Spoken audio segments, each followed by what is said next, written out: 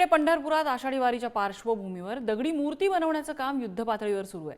पंढरपुरात घडवलेल्या मूर्ती महाराष्ट्रासह इतर राज्यात सुद्धा वारकरी घेऊन जात असतात।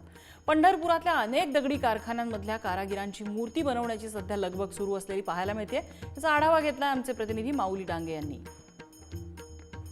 आषाढी यात्रेची आता लगबग सुरू आहे। आपण बघितलं तर आता 17 जुलै रोजी आषाढी यात्रेचा सोहळा संपन्न होतोय आणि खरं तर वारकरी संप्रदायामध्ये दगडी मूर्तीला आता अनन्यसाधारण महत्त्व आहे। आपण बघितलं तर याच त्या दगडी मूर्तीला आकार देण्याचं काम आता सध्या सुरू आहे। कशा पद्धतीनं काम सुरू आहे आणि कुठल्या मूर्ती जास्त विकल्या जातात? पंढरपुरात तीर्थक्षेत्र असल्यामुळे विठ्ठल रुक्मिणीची खूप मागणी आहे। 1 फूट ते 3 फुटापर्यंत मूर्तीची विक्री भरपूर चालू आहे। आता सध्या काळापाषाण विठ्ठल रुक्मिणीची कामं चालू आहेत। काळापाषाण, शालिग्राम, व्हाईट मार्बल अशी कामं सध्या चालू आहेत। आषाढी यात्रेमध्ये किती रुपयांची उलाढाल होते? आषाढी वारीच्या एजंटमध्ये एक 10-12 कोटी रुपयाचा उलाढाली होतोय। सगळे दुकानदार भरपूर आहेत, 20 ते 22 दुकानदार आहेत, कारखाने पण आहेत भरपूर।